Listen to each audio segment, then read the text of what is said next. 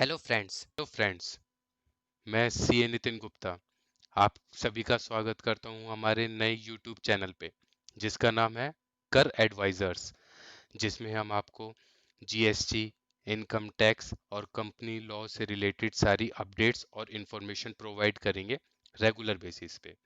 तो आज से हम अपना जीएसटी का नया सफ़र स्टार्ट करते हैं, जिसमें हमारा पहला टॉपिक है जीएसटी रजिस्ट्रेशन, जिसमें मैं आपको आज बताऊंगा कि कौन कौन पर्सन जीएसटी के दायरे में आते हैं, मतलब कि किस किस पर्सन को रजिस्ट्रेशन की रिक्वायरमेंट है।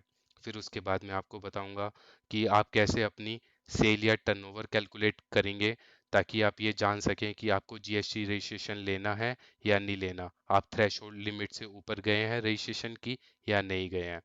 फिर हम उसके बाद बात करेंगे कुछ जीएसटी की टर्म्स के, जिसे मैं आपको फैमिलियर कराऊंगा ताकि आपको और अच्छी क्लैरिटी हो सके और अंडरस्टैंडिंग हो सके जीएसटी के बारे में।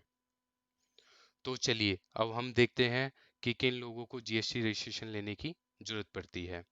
कोई भी पर्सन, फर्म या कंपनी जिसकी सेल या टर्नओवर किसी भी फाइनेंशियल ईयर में 20 लाख से ऊपर जाती है, चाहे वो किसी एक सिंगल स्टेट में हो या फिर मल्टीपल स्टेट्स में हो, जिसकी कंबाइंड सेल 20 लाख से ऊपर जाएगी, उसको उस स्टेट में रजिस्ट्रेशन लेना पड़ेगा। चाहे वो गुड सप्लाई कर रहा है, चाहे वो सर्विसेज प्रोवाइड कर रहा है, चाहे वो गुड और सर्विसेज दोनों चीज प्रोवाइड कर रहा है।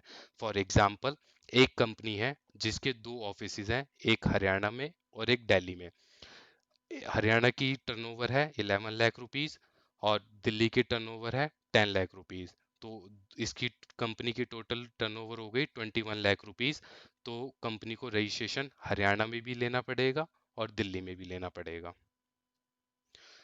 हमारी गवर्नमेंट ने कुछ स्टेट्स को स्पेशल स्टेट की कैटेगरी में रखा है, जिनको रजिस्ट्रेशन 10 लाख की टर्नओवर एक्सीड करते ही उनको रजिस्ट्रेशन की रिक्वायरमेंट है। साल 2019 में एक गवर्नमेंट ने नोटिफिकेशन निकाली थी उन लोगों के लिए जो सिर्फ सप्लाई ऑफ गुड्स में डील करते हैं। उन लोगों को रजिस्ट्रेशन लेने की जरूरत नहीं है अगर उनकी टर्नओवर है 40 लाख से नीचे। लेकिन लेकिन वो लोग इस नोटिफिकेशन का बेनिफिट जब भी उठा पाएंगे जब उनको कंपलसरी रजिस्ट्रेशन रिक्वायर्ड नहीं है as per section 24 of the GST act.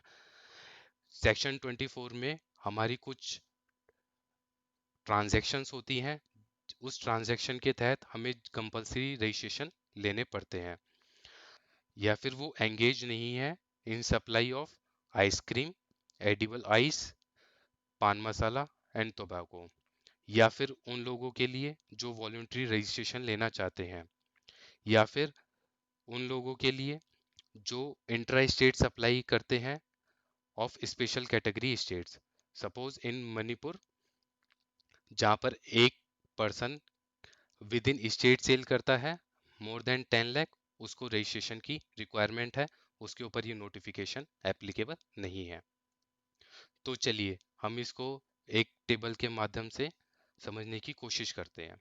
अगर कोई व्यक्ति जो गुड्स में भी डील करता है और सर्विसेज भी प्रोवाइड करता है, उसके लिए थ्रेशोल्ड लिमिट है 20 लाख रुपए नॉर्मल स्टेट्स में, और ये लिमिट 10 लाख रुपए है स्पेशल कैटेगरी स्टेट्स में।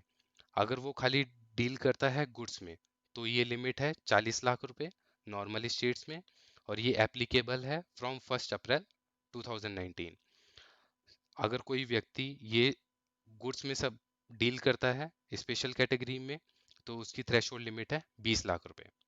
अगर कोई व्यक्ति खाली सर्विसेज प्रोवाइड कर रहा है, तो उसके लिए लिमिट है 20 लाख रुपए नॉर्मल स्टेट्स में और 10 लाख रुपए स्पेशल कैटेगरी स्टेट्स में। आइए आगे हम देखते हैं कि किस स्टेट में क्या थ्रेशोल्ड लिमिट है जीएसटी रजिस्ट्रेशन की। सबसे पहले है 40 लाख रुपए, जो हमारी नॉर्मल स्टेट्स में फॉलो होती है। इसमें दो स्टेट्स हैं, केरला और तेलंगाना, जिन्होंने अपनी लिमिट 20 लाख रुपए ही रखी हुई है। और ये हमारी स्पेशल कैटेगरी स्टेट्स हैं जिनकी लिमिट 10 लाख से लेके 20 लाख रुपए बढ़ा दी गई है फॉर सप्लाई ऑफ गुड्स, जिसमें आते हैं पौंडीचेरी, मेघालय, मिजोरम, त्रिपुरा, मणिपुर, सिक्किम, नागालैंड, अरुणाचल प्रदेश एंड उत्तराखंड। आइए अब हम देखते हैं कि हमें थ्रेशोल्ड लिमिट कैसे कैलकुलेट करनी है, उसमें क्या क्या इंक्लूड होता है और क्या क्या एक्सक्लूड होता है, ताकि हम ये जान सकें कि हमें रजिस्ट्रेशन चाहिए या नहीं चाहिए। तो सबसे पहले देखते हैं हमारी एग्रीगेट टर्नओवर में क्या क्या इंक्लूड होता है।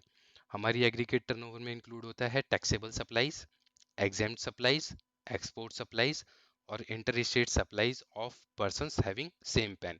यानी कि अगर एक पर्सन के दो स्टेट में रजिस्ट्रेशन है तो उनकी आपस की ट्रांजैक्शन को भी इंक्लूड करा जाता है एग्रीगेट वैल्यू में। इन टर्म्स को हम समझेंगे डिटेल्स में अपनी आगे वीडियो में। अब हम देखते हैं कि इसमें क्या क्या एक्सक्लूड करा जाता है। जो भी हम टैक्स पे करते हैं रिवर्स चार्ज के ऊपर जीएसटी में, वो एक्सक्लूड करा जाता है। सीजीएसटी मतलब central goods and service tax, SGST state goods and service tax, UTGST यानी कि union territory goods and service tax, IGST means integrated goods and service tax और सेस, ये हम सब एक्सक्लूड करते हैं अपनी टर्नओवर को कैलकुलेट करने में। तो चलिए आगे हम taxable supplies, exempt supplies, export supplies इनको डिटेल में समझने की कोशिश करते हैं। सबसे पहले है टैक्सेबल। टैक्सेबल सप्लाई, इसका मतलब होता है सप्लाई ऑफ गुड्स और सर्विस, और बोथ गुड्स और सर्विस जिसके ऊपर टैक्स लगता है अंडर जीएसटी एक्ट, जो हमारे जीएसटी एक्ट के अंदर कवर है। टैक्सेबल सप्लाईज में वो सप्लाईज भी कवर्ड है जिसको गवर्नमेंट ने नोटिफिकेशन के थ्रू एग्जेम्प्ट करा है, क्योंकि जब तक वो जीएसटी एक्ट में कवर नहीं होंगे तो गवर्नमेंट उनको एग्जेम्प्ट कैसे करेगी, थ्रू नोटिफिकेशन। सो वो भी टैक्सेबल सप्लाईज का पार्ट होते हैं। हमारी नेक्स्ट डेफिनेशन है एग्जेम्प्ट सप्लाईज। इसमें तीन टाइप की सप्लाईज कवर होती हैं। फर्स्ट वन जिसमें हमारा टैक्स लगता है नील रेट से, जैसे कि फल, सब्जियां, दाल, चीनी, जिस पर गवर्नमेंट ने 0% टैक्स लगाया है। दूसरी कुछ ऐसी सप्लाईज हैं जिस पर गवर्नमेंट चाहे कभी भी नोटिफिकेशन के द्वारा उस पर टैक्स हटा सकती है, ताकि जरूरत का सामान लोगों तक सस्ते दामों में पहुंचे, वो महंगे ना मिले। तीसरी नॉन टैक्सेबल सप्लाईज, जिस पे जीएसटी एक्ट एप्लीकेबल नहीं है, वो सप्लाईज नॉन टैक्सेबल सप्लाईज होती है। नेक्स्ट डेफिनेशन है नॉन टैक्सेबल सप्लाईज। ऐसी सप्लाईज गुड्स की, सर्विसेज की और बोथ जिस पर जीएसटी एक्ट के अंडर ही कवर नहीं है, जिस पर टैक्स ही नहीं लगता, जैसे कि लिकर, दारू, शराब for human consumption, petroleum crude, high speed diesel, motor spirit, natural gas and aviation turbine fuel, इन सबको जीएसटी के स्कोप से बाहर रखा गया है। इस पर पुराने ही लॉ चले आ रहे हैं, एक्साइज और वैट वाले। अब हम बात करेंगे अपनी नेक्स्ट डेफिनेशन की, एक्सपोर्ट्स की। एक्सपोर्ट्स हो सकता है गुड्स का भी और सर्विसेज का भी। तो हम पहले बात करेंगे एक्सपोर्ट ऑफ गुड्स।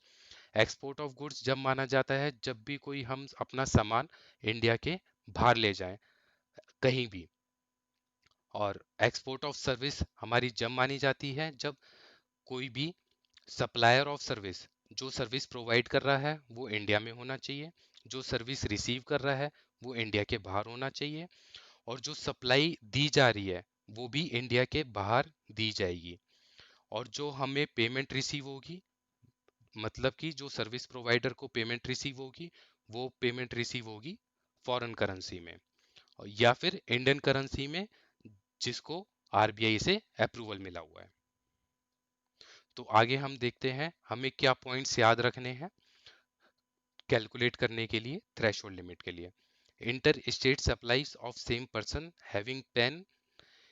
सपोज अगर एक कंपनी के दो रजिस्ट्रेशन है, हरियाणा में और दिल्ली में, अगर वो हरियाणा से दिल्ली मटेरियल सप्लाई कर रहा है तो वो भी एग्रीगेट टर्नओवर में इंक्लूड होगा। दूसरा, अगर कोई हम सर्विसेज ले रहे हैं या गुड्स ले रहे हैं जिसके ऊपर हमें रिवर्स चार्ज पे करना होता है, वो हमारी टर्नओवर का पार्ट नहीं बनेगा, वो उसको एक्सक्लूड हमें करना होगा। जैसे कि हमारी टर्नओवर है 19 लाख रुपीज और हमने किसी एडवोकेट से सर्विस ली जिस पे रिवर्स चार्ज लगता है, वो सर्विस का अमाउंट था 2 लाख रुपए। तो अब हमारी टर्नओवर 19 लाख ही मानी जाएगी, उस 2 लाख रुपए को हमें इंक्लूड नहीं करना होगा, चाहे हमें उस पर रिवर्स चार्ज में हमें जीएसटी पे करना पड़ रहा है। और जो हमारी एग्रीगेट टर्नओवर होगी वो हमें ऑल इंडिया बेसिस पर कैलकुलेट करनी पड़ेगी। सपोज अगर हमारे 4 स्टेट में बिजनेस है और सबकी टर्नओवर 6-6 लाख रुपए है, तो हमारी एग्रीगेट टर्नओवर हो गई 24 लाख रुपए, और हमें चारों स्टेट में अलग अलग रजिस्ट्रेशन के लिए अप्लाई करना पड़ेगा। तो इसी के साथ आज का हमारा टॉपिक खत्म होता है। अब हम अपनी नेक्स्ट वीडियोस में डिस्कस करेंगे कि किस किस पर्सन को रजिस्ट्रेशन लेने की जरूरत नहीं है, और हम कुछ केस स्टडीज डिस्कस करेंगे जहाँ पर हम देखेंगे कि किस सिचुएशन में हमें रजिस्ट्रेशन लेना होता है, हमें जरूरत नहीं है। और आगे हम वीडियोस में ये भी दिखाएंगे कि आप कैसे जीएसटी रजिस्ट्रेशन अप्लाई कर सकते हैं गवर्नमेंट की साइड से, और आपको अगर कुछ चेंजेस करने हैं जैसे नाम चेंज करना है, पार्टनर चेंज करना है, कुछ भी चेंज करना है, तो वो आप कैसे चेंज कर सकते हैं गवर्नमेंट की साइट पे जाके। अगर आपको ये हमारी वीडियो अच्छी लगी हो तो प्लीज़ हमारे चैनल को सब्सक्राइब करें, ताकि हम आपको रेगुलर अपडेट्स प्रोवाइड कर सकें और आप हमारे साथ जुड़े रहें। और आप हमें हमारी नीचे दी गई ईमेल आईडी पर भी कांटेक्ट कर सकते हैं। आप हमें लिंक्डइन, फेसबुक, इंस्टाग्राम, यूट्यूब हर जगह फॉलो कर सकते हैं। इसके लिंक हमने अपने नीचे डिस्क्रिप्शन बॉक्स में दिए हुए हैं। अगर आपको कोई सजेशन या फीडबैक देना है, आप नीचे कमेंट में दे सकते हैं। अगर आप हमसे कुछ पूछना चाहते हैं, कुछ आपके क्वेश्चंस हैं, तो आप हमें डायरेक्ट ईमेल भी कर सकते हैं। हम आपकी क्वेरीज का आंसर करने की कोशिश करेंगे जल्द से जल्द। Thank you.